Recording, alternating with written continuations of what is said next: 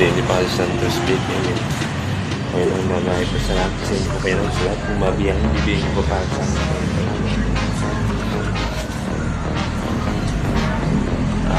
magandang tanghali po sa inyo po mga kapatid, mga kaibigan. O sa po ng tanghalian, kailangan tayo may mag-lunch muna. Ayan. Lunch muna tayo.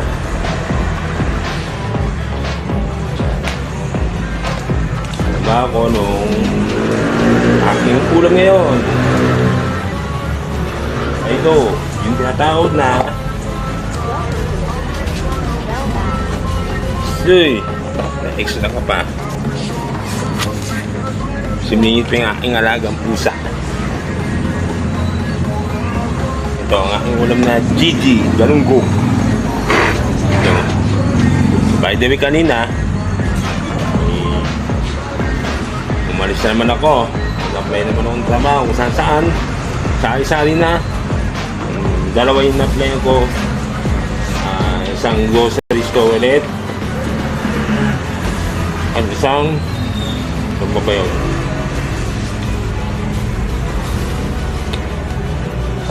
Makaulit na lang yung aking alaga isang factory o kaya warehouse sa food storage pala, food storage. So ito na naman, luhaan na naman ako sa pag-aking trabaho. Luhaan na naman. Muli ko naman na yung tatawagan na naman na walang katapusan tatawagan.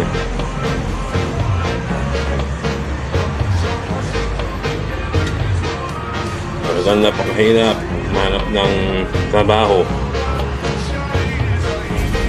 Paano nyo kasi pag wala kang trabaho, hanap buhay, wala. Napakahirap. Katulad ng sabi mo maghanap ka ng trabaho, may age limit o nung sasabihin keso overqualified ka, keso bagsak ka sa trabaho, bagsak ka sa exam pala.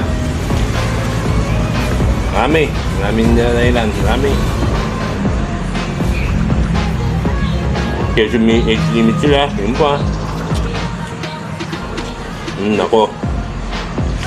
Kayong mga malaking kumpanya kayo, kayong malalaking mga kumpanya kayo, kayong mga manager kayo, supervisor, lahat na. Maawa naman kayo sa mga nag-apply na may edad na nakatulad ko, 47 years old, o mas matanda pa sa akin.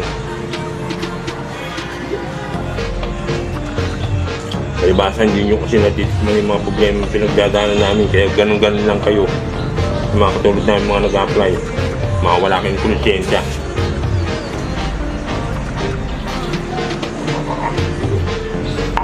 Sana tanggalin na lang presidente ng Pilipinas yan, yung age limit na yan.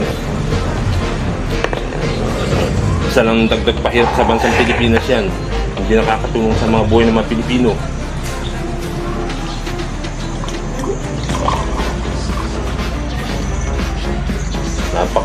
Napakalaking karantado yung age limit na yan.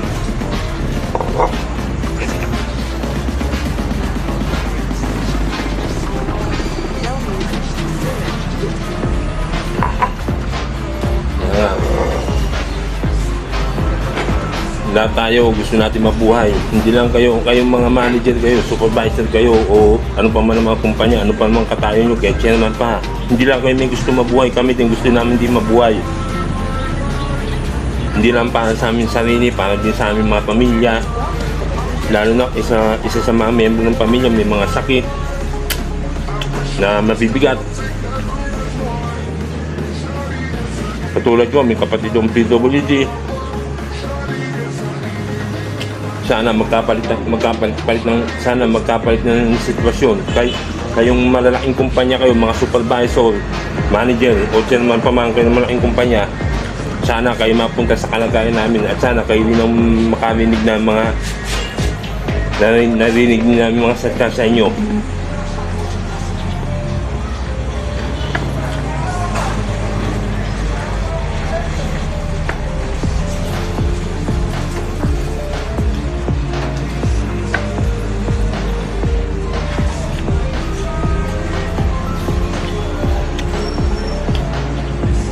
Hmm.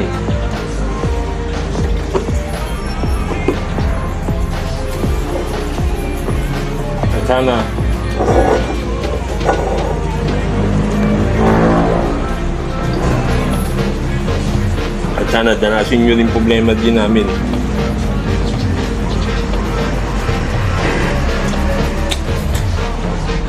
Age limit, pagtaduan, napakalaking kaululan.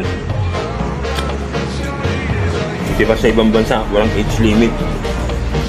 Tayo lang sa buong mundo mayroong age limit.